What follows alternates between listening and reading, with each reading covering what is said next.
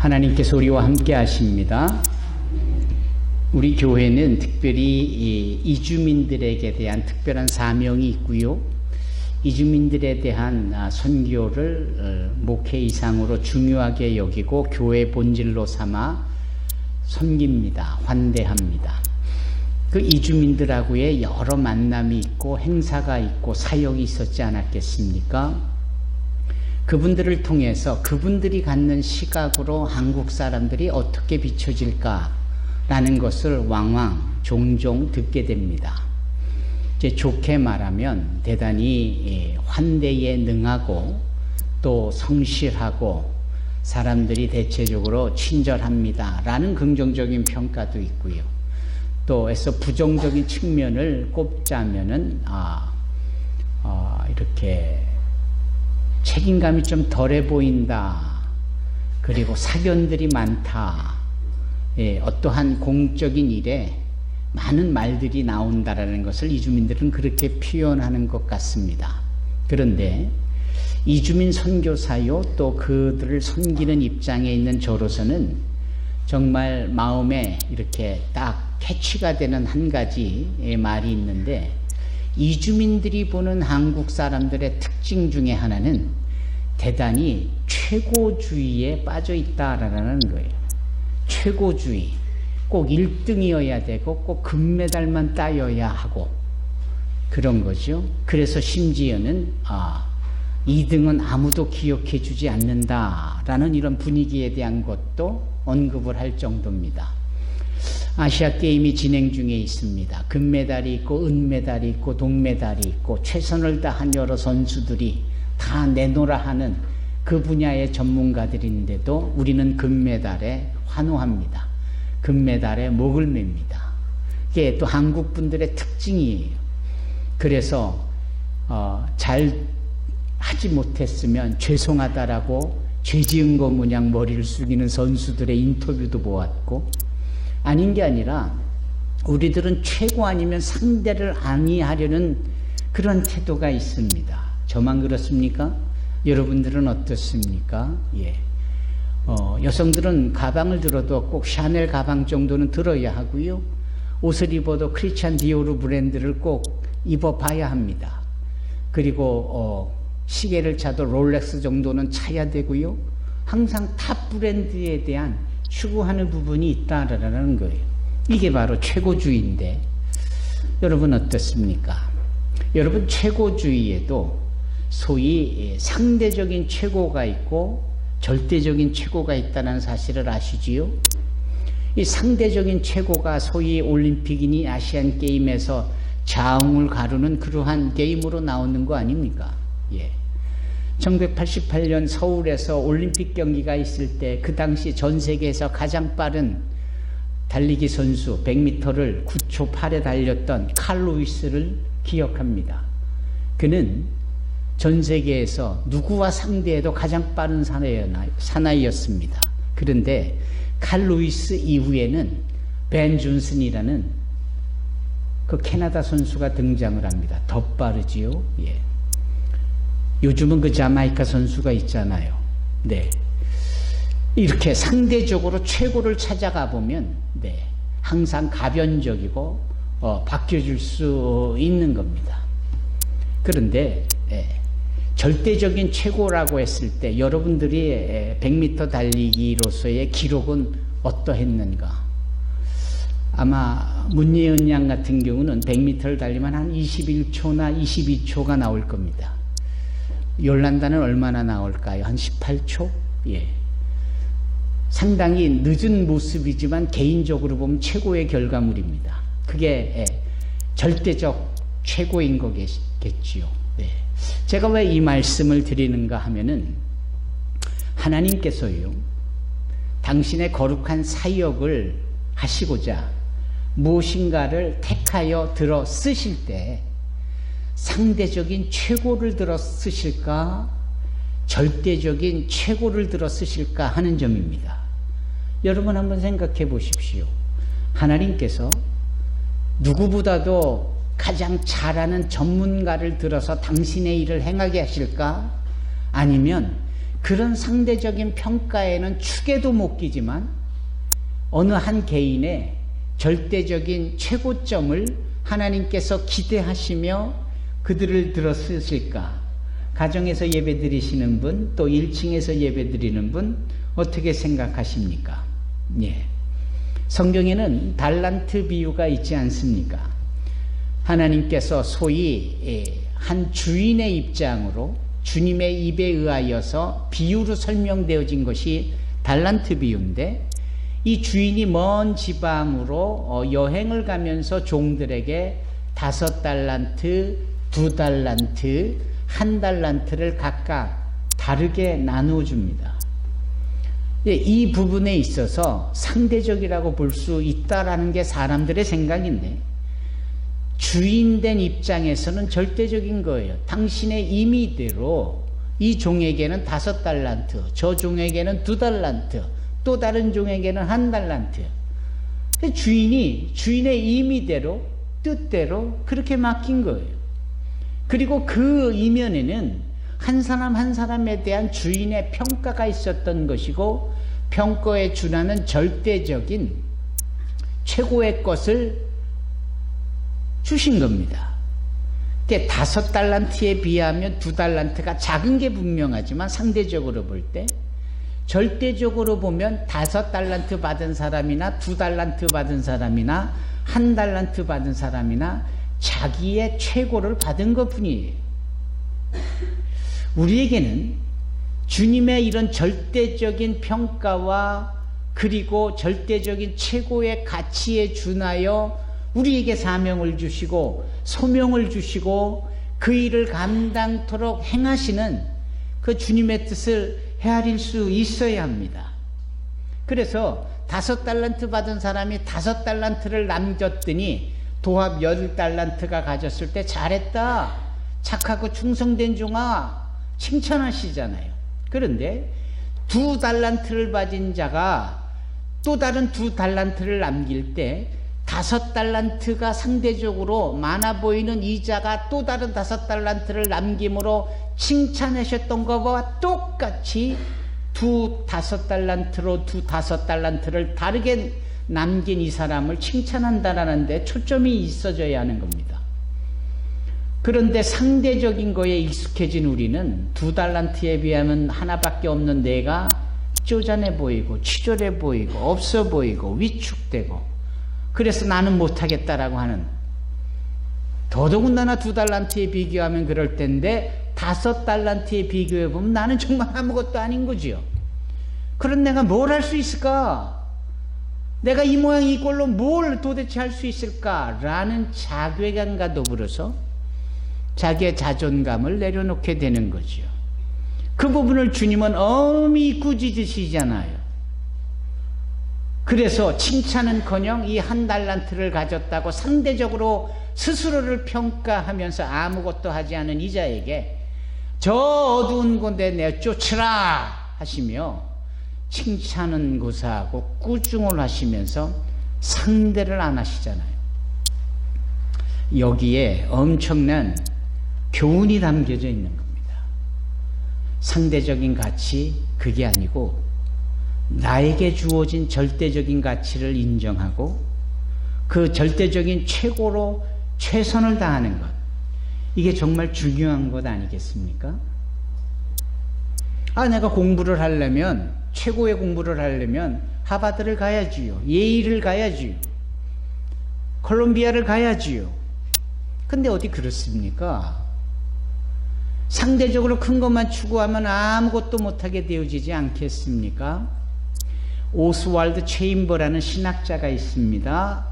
그분이 쓴 책에 보면은 하나님은 당신의 귀한 사역을 온 세상에 펼치시며 최고의 강대국인 나라를 들어 사용하지 않으셨다. 상대적으로 너무나도 연약하고 볼품없고 아무것도 아닐 수 있는, 존재감이 전혀 없는 이스라엘과 같은 나라를 들어 사용하셨다. 이런 표현을 씁니다. 바꿔 말하면 하나님은 모든 상대적인 최고의 것은 일부러라도 들어 사용하지 않으시고 상대적으로 너무나도 연약하고 너무나도 부족하고 너무나도 갖춰지지 않은, 심지어는 뭐가 나고 어그러지고 찌그러져 있을 수 있는 그런 존재들을 하나님은 일부러라도 택하셔서 그렇게 들어 사용하셨다라는 겁니다. 우리 주님이 어디에서 태어나셨어요, 여러분? 베들레헴에서 나셨잖아요. 이 베들레헴이 어떤 도시입니까? 작은 고을이에요. 그런 마을이 있나? 라고 여겨질 만큼. 그래서 소선지서를 기록한 미가에 따르면 미가서 5장 이전에 뭐라 합니까? 너 베들레헴아, 너 유다에서 작은 고을이요, 네 곳에서 온 세상에 위대한 왕이신 주님이 태어날 것이다. 하필 주님은 그 많고 많은 큰 도시, 휘황찬란한 곳을 마다하고 사람들이 잘 모르는 유다 땅 한켠에 있는지 없는지도 모를 정도의 조그만 곳 베들레헴에서 나셔야 했는가? 그것은 하나님께서 인간들이 추구하는 상대적인 최후의 곳을 일부러라도 거절하시고 존재한다는 그 자체의 절대적인 거에 오히려 주님은 초점을 맞추시고 그렇게 역사하신다, 이 말씀입니다. 예수님이 12제자를 세우실 때도 마찬가지예요. 12제자 중에 학력이 좋은 사람이 있습니까? 그들이 사람들에게 소위 화이트 컬러, 사무실에 편히 앉아서 뭐 이렇게 저렇게 일하는 사람들이 있었습니까? 거의 다 어부 출신이잖아요. 그 제자가 12명만이 아니라 나중에 제자가 500여 명이나도 늘어나서 부활하신 주님이 그렇게 500제자를 만나셨을 때 막달라 마리아 같은 그런 여인 제자들은 사실은 창기 출신 아닙니까? 사람들에게 손가락질을 당하고 사람 대접 못 받는 키 작은 삭개오 같은 사람이 다 제자의 층에 속하지 않았습니까? 상대적으로 보면 매력 없고 볼품 없고 실력 없고 갖춘 것 없는 그러한 자들이 다 주님의 제자들이었어요. 그들 스스로가 주님의 제자가 되겠다고 한 자가 없었어요. 주님이 그들을 택하셨어요. 많고 많은 잘나고 잘 나가는 힘이 있고 실력 있고 권세도 있는 이런 사람은 마다하셨어요. 그런 점에서 볼 때 이 오스왈드 체인버의 이야기가 맞지요. 주님은 일부러라도 약하디 약한 자, 상대적으로 게임이 안 되는 존재들, 그런 자들을 보란듯이 택하시고 위대한 당신의 나라를 펼쳐가고 그렇게 최고의 일들을 행하셨다라는 겁니다. 그럼 왜 그러셨을까? 라는 거예요. 고린도전서를 보십시다. 고린도전서 1절에 보면은 제가 여러분들을 대신하여 읽기를 원합니다. 고린도전서는 소위 사도 바울이 주님께 부름을 받고 제자가 되어지고 난 후에 우상이 득식을 한 저 고린도에 있는 성도들에게 보내는 편지가 고린도전서예요. 그런데 이 고린도전서 1장 27절에 이렇게 말씀합니다. 26절부터 제가 읽어볼까 합니다. 고린도전서 1장 26절. 형제들아, 너희를 부르심을 보라. 육체를 따라 지혜로운 자가 많지 아니하며 능한 자가 많지 아니하며 문벌 좋은 자가 많지 아니하도다. 딱 우리 얘기죠. 27절. 그러나 하나님께서 세상에 미련한 것들을 택하사 지혜 있는 자들을 부끄럽게 하려 하시고 세상에 약한 것들을 택하사 강한 것들을 부끄럽게 하려 하시며 28절. 하나님께서 세상에 천한 것들과 멸시받는 것들과 없는 것들을 택하사 있는 것들을 폐하려 하시나니 29절. 이는 왜냐하면 아무 육체도 하나님 앞에서 자랑하지 못하게 하려 하십니다. 아멘. 우리가 뭐라고 하나님 앞에 스스로를 자랑할 수 있단 말입니까? 예. 우리가 누구라고 우리 스스로를 높이려 할 수 있겠다 말입니까?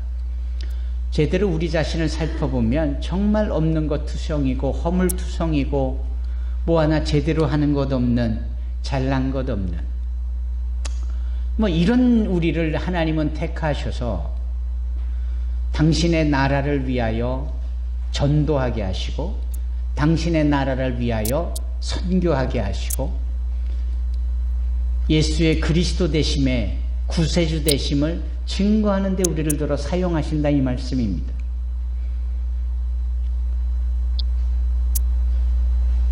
또 말씀을 보실까요? 그 말씀은 그냥 제가 말씀을 드리죠. 디모데후서 2장 20절이에요. 디모데후서 2장 20절. 이 말씀은 사도 바울이 자신의 제자인 디모데에게 그 제자로서의 지켜야 될 소양과 자질과 인품과 신앙, 사명감 뭐 이런 것을 고취시켜 주려고 쓴 글이에요. 그 중에 디모데후서 2장 20절에는 뭐라고 말씀하느냐면은 디모데야, 큰 집에는 금으로 만든 그릇도 있고 은으로 만든 그릇도 있고 동으로 만든 그릇도 있겠죠. 그리고 나무로 만든 그릇도 있고 그리고 실은 질그릇도 있단다. 흙으로 만든 그릇도 있다라는 거예요. 각양각색의 그릇이 있는 거예요. 그러면 가치로 보면 상대적 비교로 가치로 최고로 보면 금그릇이 가장 값나가겠죠. 그런데 바울은 어떻게 말씀을 하냐?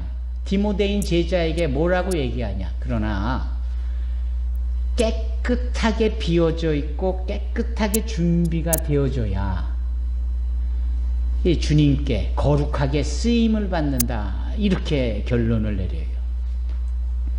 따라서 무엇으로 만들어졌고 어떠한 존재다라는 그것보다는 그래서 상대적으로 더 비싸고 더 가치 있고 더 존귀하게 여겨질 거라고 생각하지만 그것보다는 오히려 내부적으로 어떻게 청결하고 성결하고 거룩하게 깨끗하여지고 준비되어져 있느냐에 따라서 쓰여지느냐 안 쓰여지느냐가 결정된다라는 거예요.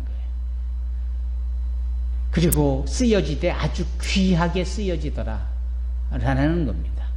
나중에 결론 부분에 가서 제가 이 보배를 담은 질그릇에 대하여 고린도후서에 나오는 이 보배를 담은 질그릇에 대해서 제가 말씀을 따로 할 건데요.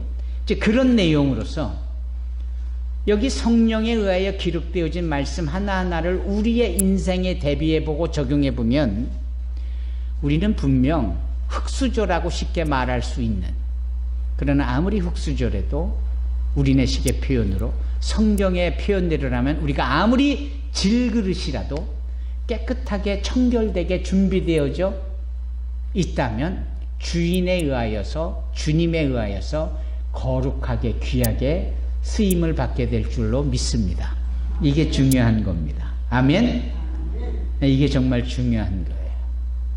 저와 여러분들이 이러한 자들이 되기를 주님의 이름으로 축원합니다. 미켈란젤로를 아시죠? 그 화가입니다. 그가 어마어마한 큰 대작을 남기잖아요. 그 대작이 소위 천지창조라는 그림입니다. 그래서 하나님과 그리고 아담의 손끝이 모아지는 이게 그 성당 가장 높은 곳에 이렇게 확 펼쳐져 있잖아요. 그것을 보려면 그 성당이 이 천장이 얼마나 높은지 그리고 얼마나 넓은지 그걸 한 번에 보려면은 고개를 뒤로 제껴야 보는 거예요. 겨우 간신히 보아지는 거예요. 그걸 미켈란젤로가 평생을 그렸다지 않습니까? 그런 미켈란젤로에게 가장 가까운 친구가 말합니다. 어휴, 이렇게 높은 곳에서 넓은 곳에서 이런 그림을 그릴 때 저 밑에 개미 새끼만하게 보이는 저 사람들이 네 그림을 볼 때 이렇게 크게 넓은 그림만 보여지겠지, 너희가 이렇게 세밀하게 색칠하고 표현하는 그 터치 하나, 선 하나까지도 제대로 보겠느냐? 이 말인즉슨 너무 힘들게 하지 마. 좀 대충 해도 멀리서 한꺼번에 봐야 되니까 그거 드러나지 않을까요? 이런 뜻이겠죠. 그럴 때 미켈란젤로가 말한 것이 걸작 아닙니까? 내가 하나님에 대해서 그림을 그리는데 어찌 대충 그릴 수 있겠냐, 친구야. 두 번째, 내가 하나님의 천지창조를 그리는데 하나님이 보시지 않겠느냐. 그런데 내가 최선을 다하지 않고 대충 한다는 게 이게 말이 되느냐. 여러분, 이 미켈란젤로의 정말 그 용역을 받아 그리는 화가이었지만 그의 자세는 정말 최고였어요.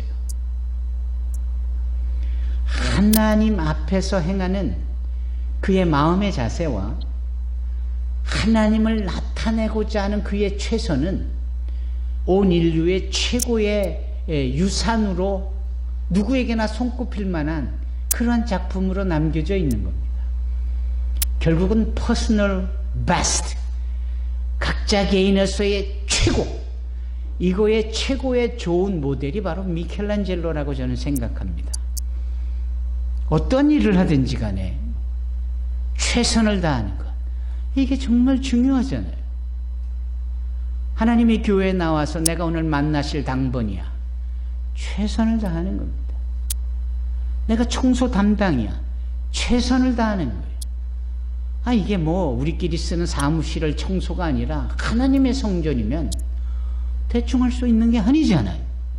그리고 이걸 하나님이 보고 계시다는 이 사실 앞에 우리가 어찌 do my best, 최선을 다하지 않을 수 있겠습니까?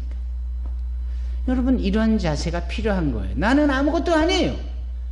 나는 누구와 비교해봐도 학력이 모자라고 또 돈 많이 가진 자에 비하면 가진 것이 너무나도 없고 온통 상대적으로 비교해보면 밀리는 정말 마이너리티 중에 하나일 수 있지만, 그러나 하나님 앞에서 내가 최고이어야 된다. 하나님 앞에서 내가 나의 최고로서 사용되어져야 한다. 여러분, 이게 우리 진정한 크리스찬들의 태도이어야 하지 않겠습니까? 이제 100세를 1년인가 2년을 남겨둔 지미 카터 미국 대통령이 계셨잖아요. 제가 중학교 때 그분이 미국 대통령이 됐어요. 헨리 포드를 제치고.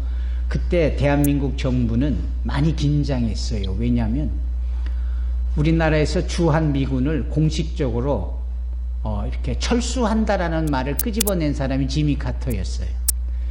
그리고 그때 당시에 우리는 모두가 다 이 북한 괴뢰 도당에 대한 그 공산주의에 대한 아주 그 두려움과 아주 처절한 그런 부분이 아주 어려서부터 교육이 되어졌기 때문에, 그래서 깎아머리 중학생이 뭘 알겠어요. 근데 그 지미 카터가 미국 대통령으로 당선이 될 때 저도 이거 진짜 주한미군이 철수되어지면, 우리나라가 비어지면 저 북한군들이 또 쳐들어오면 우리나라 어려울 텐데, 어린 중학생 하나가 그런 걱정을 했다니까요. 저는 그랬어요. 그래서 지미 카터는 저에게 아주 특별한 분으로 기억이 돼요.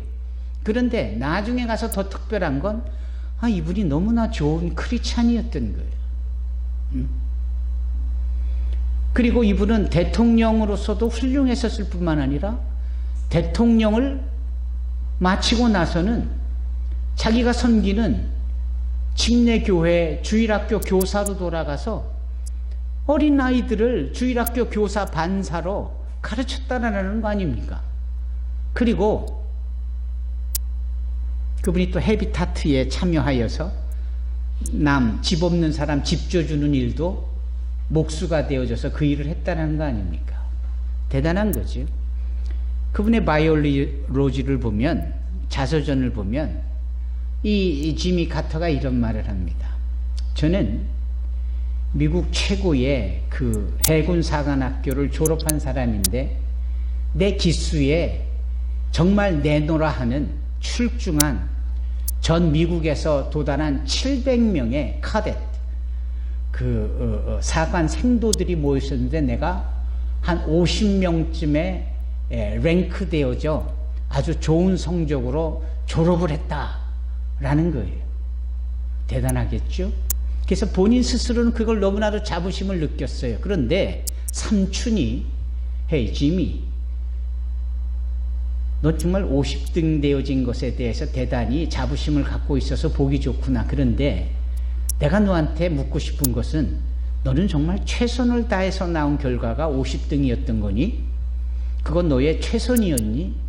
이라는 질문을 딱 받고 난 순간에 자신의 최선이 아니었다는 사실을 알게 되는 거예요.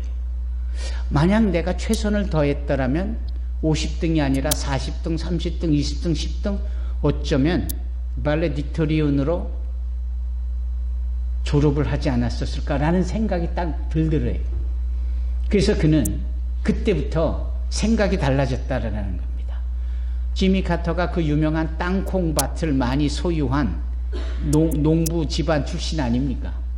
그래서 그는 집안 식구들한테 땅콩밭에서 일을 할 때도 늘 최선을 다하도록 본인이 모범을 보였고 미국 대통령이 돼서도 최선을 다해서 미국을 이끌었고 그리고 미국 대통령의 자리가 끝나고 주일학교 반사로 선생님으로 헌신할 때도 최선을 다하여 아이들을 가르쳤고 남의 집을 지어주는 헤비타트의 일원으로서 망치질할 때도 최선을 다했다. 이런 얘기를 들었어요. 정말 최고죠? 그는 정말 좋은 크리스찬이에요. 저와 여러분들은 이런 측면에서 신앙적, 개인적 최고의 최선을 다하는 그렇게 주님께 쓰임을 받을 수 있는 저와 여러분이 되기를 주님의 이름으로 축원합니다. 오늘 본문에 등장하는 동물이 있어요. 나귀입니다. 나귀, 당나귀, 말에 비하면 볼품없는 동물이죠. 이 나귀 새끼가 등장을 해요. 아무도 타보지 않은 나귀 새끼를 주님이 타시고는 소위 예루살렘에 입성을 하시는 그 장면이잖아요. 이 주님께서는 만왕의 왕이시며 만주의 주가 되시기에 정말 최고의 그 삼국지에 나오는 이런 여포가 탔다는 그 적토마 같은 거, 그렇잖아요? 말도 최고의 말을 타고 정말 위험당당하게 입성하실 법한데 주님은 일부러 볼품없는 나귀를 타셨다. 여기에도 너무나도 심오한 영적인 교훈이 담겨져 있는 거예요. 주님 당신 스스로가 겸손한 모습을 나타내시며 태어날 때도 의리의리한 궁전이 아니라 짐승의 우리의 그것도 구유에 뉘어질 만한 그런 모습도 심지어는 십자가에 죽으시고 그 시신이 남의 무덤을 빌려서 잠깐 누이셨던 그런 내용하고도 일치되어지는 그런 연속선상에서 또 하나의 그 위대한 그 주님의 겸손은 일부러 나귀를 타신 속에서 나타나는 것이고 그 나귀를 타신 주님이 예루살렘으로 입성하실 때 수많은 사람들이 감람나무 잎을 흔들며 마라나타 예수여 어서 오시옵소서라고 호산나 다윗의 자손이여 어서 오시옵소서라고 그렇게 환대할 때 이 나귀는 어땠을까? 그러면 이 나귀는 정말 우리가 생각하기에 아무것도 아닌 존재 맞잖아요. 어쩌면 우리와 같은, 아니 내가 이 나귀와 같은, 그런데 주님이 함께 하시고 주님이 나와 함께 하시니 모든 사람들이 감람나무를 흔들며 호산나를 외치며 환대하고 존경하는 이런 모습들에 있는 이런 상황을 볼 때 내가 질그릇과 같은 존재라는 사실을 인정하지 그 예수를, 그 보배로운 예수를 내 질그릇에 담아보자. 그래서 사도 바울이 고린도후서 3장에 말한 보배 담은 질그릇. 여러분, 나는 아무것도 아닌 거예요. 누구와 비교해봐도 내세울 만한 것이 하나도 없는 질그릇에 불과해요. 그러나 우리 안에 찾아와 계시고 나와 함께하고 계시는 그 주님을 보배로 인정하고 그분을 담으려고 우리가 깨끗하게 비워둔 채 그분을 맞이하고 그분을 모신다면 보배 담은 질그릇으로서 우리는 주님의 위대한 주께서 쓰시겠다라고 결정하고 사용하시는 귀한 존재가 되리라 믿습니다. 우리 크리스찬 부모들이 내 자녀들을 그렇게 키워야 돼요. 점수 하나 더 받으라고 아둥바둥 할 게 아니고 진정한 주님 앞에서의 절대적 가치가 무엇인지를 알려야 되고요. 또 자녀들은 주께서 나에게 주신 그 은사, 주님께서 나의 인생 속에 허락하신 것들을 그 누구와 비교할 수 없을 만큼 최고의 가치 있는 것으로 여길 줄 아는 그 위대한 거룩한 자존감을 높이 세우며 보배로우신 주님을 늘 담고 그분을 나타낼 수 있게 되어지는 저와 여러분이 되기를 주님의 이름으로 축원합니다. 기도하시겠습니다.